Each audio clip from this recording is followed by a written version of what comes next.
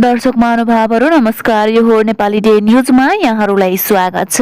हामी सत्य तथ्य खबरका साथ उपस्थित भए महत्त्वपूर्ण समाचारका साथ उपस्थित भएका छौं। कृपया अन्त्यसम्म साथ दिनुहोला। यदि हजुरहरू हाम्रो च्यानलमा नयाँ हुनुहुन्छ भने सब्स्क्राइब गरी जोडिनुहोला। सुरु गरौं आजका मुख्य समाचार। प्रचण्डलाई गीत सहितको कडा पत्र लेख्दै रहबरले छोडे पार्टी। कांग्रेसको विशेष महाधिवेशन विवाद पुग्यो निर्वाचन आयोग। आगामी प्रतिनिधि सभा निर्वाचनमा 80,000 सेना परिचालन हुने। प्रमुख राजनीतिक दल राजी नहुँदा पुरानै निर्वाचन कानून अनुसार चुनाव। बालेन्सार सदन गुरुङ बीच जागलमा छलफल। दुर्गा प्रसाईले घोषणा गरेको आन्दोलन चुनावका लागि कति चुनौतीपूर्ण। विशेष महाधिवेशनलाई देउवाको काउन्टर। पुस 27 गते युवा भेला गर्न स्वीकृति।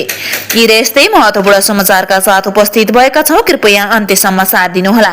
अब सुनौ समाचार विस्तारमा। माओवादीबाट प्रदेश सांसद जितेका रहबर अन्सारीले बिहीबार पार्टी छाडेका छन्। रातो अक्षरमा लेखिएका इन्क्लाब पंक्तिहरू पार्टी अध्यक्ष प्रचण्डलाई सम्झाउँदै रहबरले माओवादी छोडेको घोषणा गरेका हुन्। मधेस सांसद रहबरले प्रचण्डलाई माओवादी केन्द्रका पूर्व अध्यक्ष सम्बोधन गरेका छन्। प्रचण्डले माधव नेपाल लगायतसँगको मिलेर पार्टीको नाम बदलेको केही महिनापछि रहबरले यस्तो गरेका हुन्।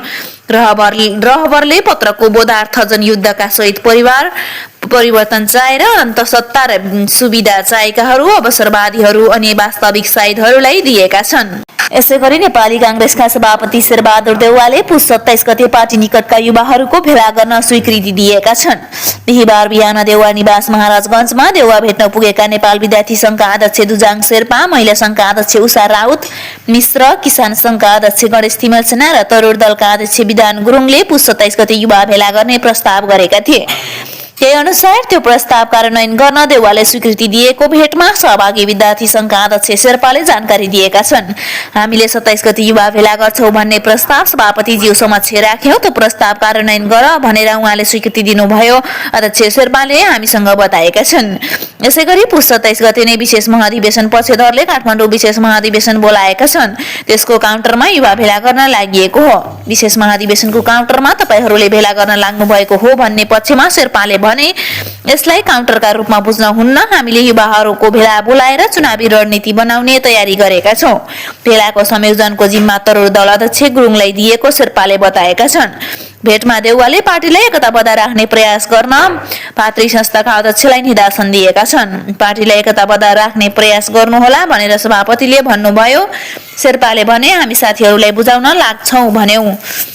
विशेष महाधिवेशन पक्षधरले 27 देखि 28 पुसमा काठमाडौँको भिरकुटी मण्डपमा विशेष महाधिवेशन गर्ने घोषणा गरिसकेका छन्। महाधिवेशनका लागि विशेष पक्षधरले भिरकुटी मण्डप बुकिङ पनि गरिसकेका छन्। नेपाली कांग्रेसभित्र चुलिएको विशेष महाधिवेशन विवादले निर्वाचन आयोगसम्म पुगेको छ। विधान अनुसार माग गरिएको विशेष महाधिवेशन गराउन पार्टी सभापति तथा कार्यवाहक सभापतिलाई निर्देशन दिनु भन्दै निर्वाचन आयोगलाई पत्र लेखिएको हो।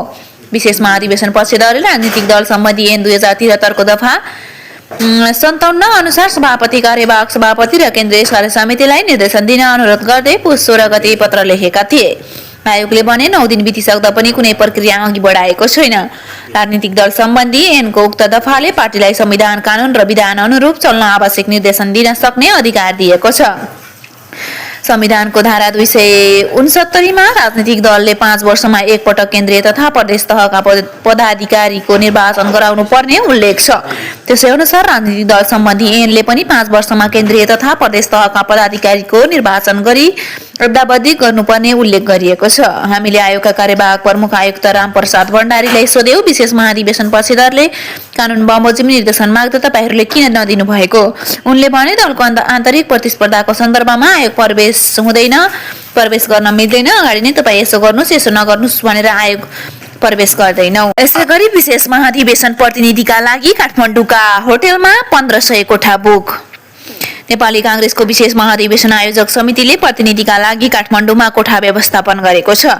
आवास तथा भोजन समितिका संयोजक रमेश तमलाका अनुसार विशेष महाधिवेशनमा आउने प्रतिनिधिका लागि 1500 कोठा बुक गरिएको हो।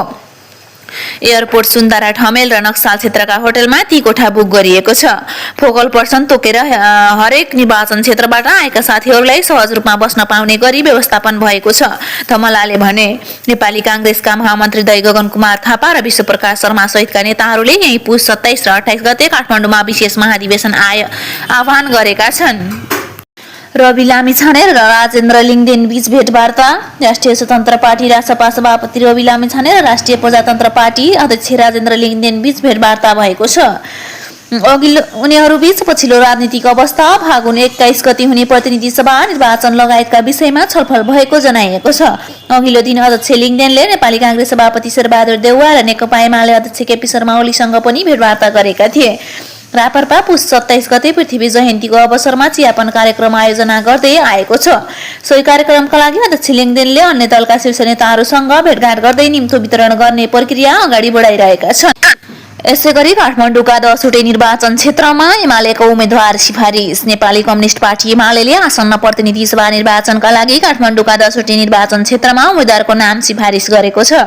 एमालेका काठमाडौँ जिल्ला अध्यक्ष दीपक निरौलाले काठमाडौँ जिल्लाका 10 वटै निर्वाचन क्षेत्रका लागि आकांक्षी उम्मेद्वारको नाम सिफारिस गरिएको जानकारी दिएका छन्। अध्यक्ष निरौलाले निर्वाचन क्षेत्रीय कमिटीबाट आएका नामसहित जिल्ला कमिटीले ती उम्मेद्वारका नाममा सुझाव दिँदै राजधानी प्रदेश कमिटीमा उम्मेद्वारको नाम सिफारिस गरिएको बताएका छन्।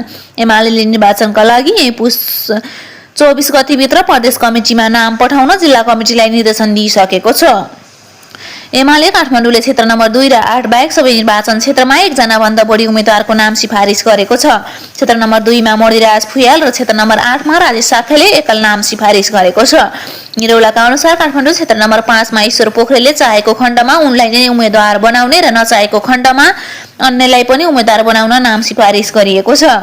यसैगरी नेपाली सेनाले आगामी फागुन 21 गते हुने प्रतिनिधि सभा सदस्य निर्वाचनका लागि 80,000 जनशक्ति परिचालन गर्ने तयारी गरेको छ। नेपाली सेनाका सहायक रथी एवं प्रवक्ता राजाराम बस्नेतले निर्वाचनका सन्दर्भमा एकीकृत सुरक्षा योजना 2082 अनुमोदन भई राष्ट्रपतिबाट समेत स्वीकृत भइसकेकाले सही अनुसार फौज परिचालन हुने जानकारी दिएका छन्। उनले भने निर्वाचनका लागि एकीकृत